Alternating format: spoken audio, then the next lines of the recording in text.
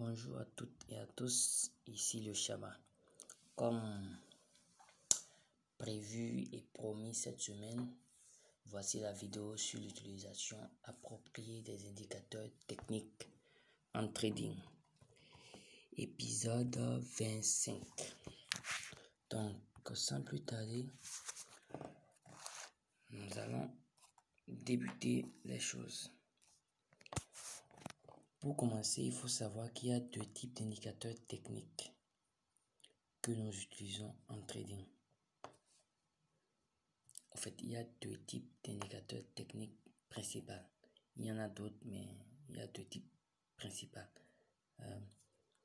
Il y a les leading indicators et les lagging indicators. Les leading indicators, comme leur nom l'indique pour ceux qui comprennent anglais, sont des indicateurs de prédiction. Ils donnent et déterminent le mouvement des prix avant que les prix ne débutent ces mouvements. Ils utilisent des calculs mathématiques qui sont basés foncièrement sur les zones de surachat et suivantes, overbought and oversold. Le problème majeur avec ce type d'indicateur, c'est qu'ils donnent beaucoup de faux signaux, les fake out. Pourquoi? Parce que c'est basé sur des calculs mathématiques qui ne reflètent pas forcément à chaque instant T le comportement des gens dans le marché. Maintenant, pour augmenter sa probabilité de trader efficacement avec ce type d'indicateurs qu'on appelle encore les oscillateurs, qui sont les gens d'indicateurs comme les RSI, les stochastiques, les MACD et autres, nous devons simplement les associer à ce que j'appelle les figures de retournement, les reversal chart patterns. Les reversal chart patterns, nous avons les double top, double bottom, triple top, triple bottom, V, inverted V, ETE, inverted ETE. Nous allons prendre un exemple de façon pratique pour que vous puissiez comprendre ce dont je parle. Premièrement, prenons ce graphe d'indice synthétique Crasha 500. Donc nous voyons que le mouvement, la structure plutôt du marché, elle est baissière. Très bien. Donc ici à ce niveau, nous voyons un premier bas qui a été fait parce que dans une structure baissière, on a les lower low et les lower high, des bas de plus en plus bas et des hauts de plus en plus bas. Voilà. Donc nous avons un bas de plus en plus bas. Donc qu'est-ce que nous avons remarqué? C'est que par la suite, qu'est-ce qui s'est passé? Par la suite, on a eu ce bas qui n'est pas allé plus bas que ce bas. Donc ça nous interpelle. Est-ce que nous sommes en présence d'une figure de retournement ou pas? Voilà. En plus, nous remarquons que au niveau du deuxième bas, nous avons une configuration de bougie de retournement. Ouais.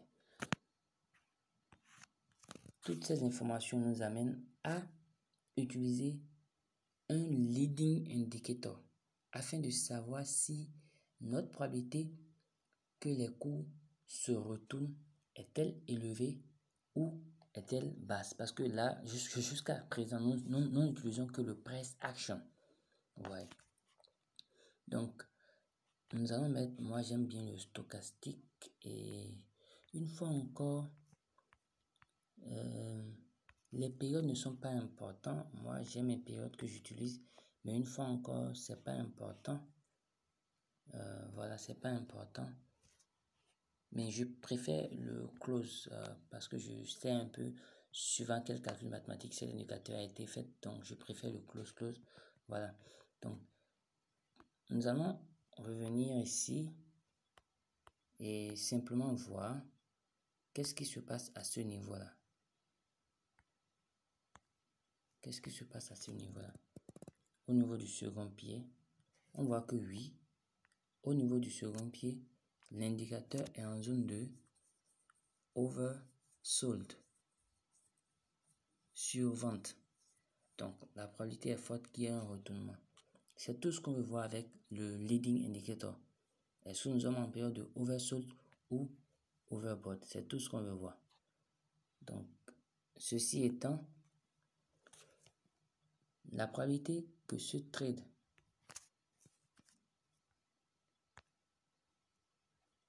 que cet achat soit gagnant, soit un trade gagnant, devient élevé. Parce que probablement nous sommes, je dis, parce qu'à cet instant nous ne savons pas encore, mais probablement nous sommes en présence d'un double bottom, un W. Donc nous pouvons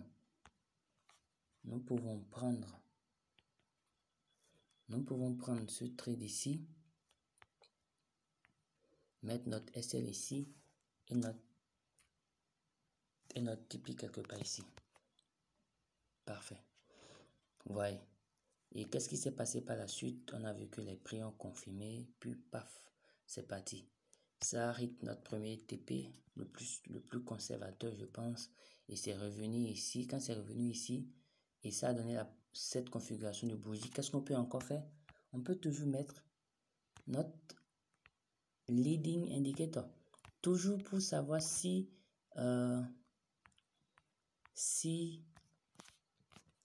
les cours ont une forte probabilité de se retourner. Et qu'est-ce qu'on a ici? Nous voyons oui. Ici plutôt nous voyons oui. Les prix sont oversold, en zone de survente. Donc la probabilité est forte qu'il y ait un achat. Et qu'est-ce qui s'est passé? Genre de triple top simple. Voilà. Donc ça, c'est comment utiliser les leading indicators. Le deuxième type d'indicateurs techniques que nous avons s'appelle les lagging indicators. Ce sont des indicateurs qui donnent des signaux, qui donnent des prédictions. Est-ce que je vais appeler ça prédiction? Parce qu'au fait, ça nous donne le mouvement et la direction du prix après que les prix aient enclenché ce mouvement et qu'une bonne partie de ce mouvement a été effectuée. En fait, c'est des indicateurs très très conservateurs et ils veulent s'assurer que le mouvement a débuté avant de vous dire oui. Faites attention, le mouvement est en train de partir sans vous. Les lagging indicators sont ce qu'on appelle aussi les trend following indicators. Voilà, ça nous permet de rentrer et de poursuivre une tendance. Probablement quand nous prenons la théorie des vagues d'Elliott, ça nous permet de trader la troisième vague. Oui, la troisième vague. Maintenant, contrairement aux leading indicators, eux, qui nous permettent d'utiliser efficacement la théorie des dos. Voilà, donc c'est un peu ça. Et comment profiter de ce type d'indicateur? Parce que si ce type d'indicateur nous donne des signaux après que le mouvement est débuté, ça veut dire que notre stop loss sera vraiment très très espacé, ce qui ne nous arrange pas parce que nous voulons un risk-reward assez intéressant. Donc si nous voulons pallier à ce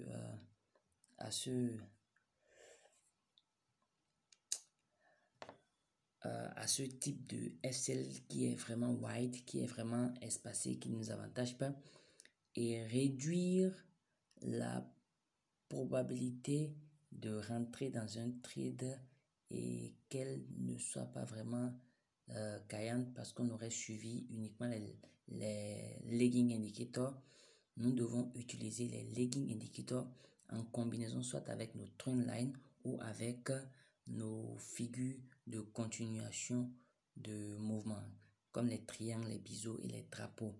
En plus, je rappelle que les lagging indicators sont les indicateurs comme les moving average, les Ishimoku, les paraboles SAR, les fatales et les ADS, les ATR, ainsi de suite.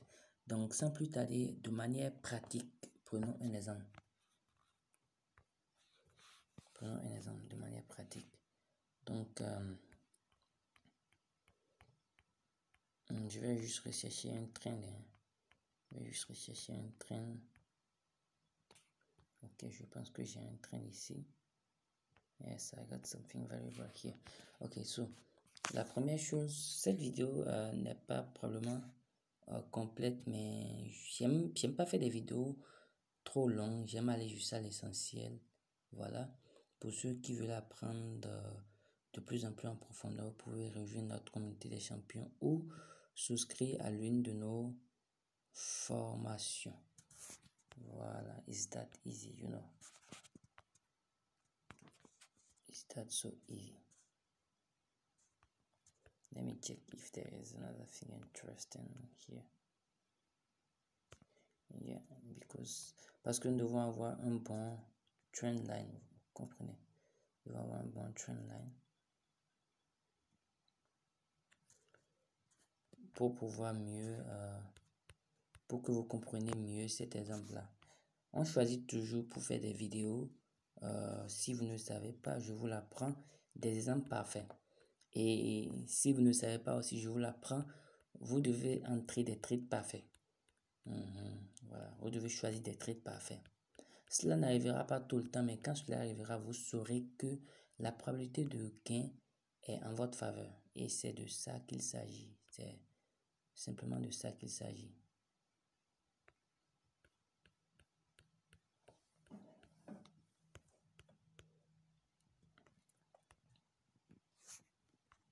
Parce que comme vous le savez, mon concept, moi, tourne autour de prédire, anticiper, réagir, 99% de précision. C'est parce que je choisis méticuleusement les trades que je prends. Je dis bien méticuleusement.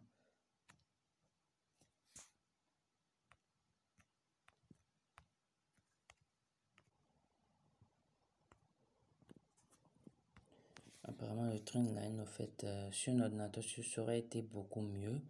Parce que je vais vous montrer un truc parfait. Vous voyez.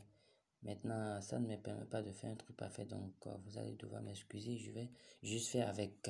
Donc, le trend là, vous pouvez voir le premier touché ici. Le second touché ici. Le troisième touché ici. Donc, je peux... Là, je sais que voilà, c'est un trendline qui est efficace, qui est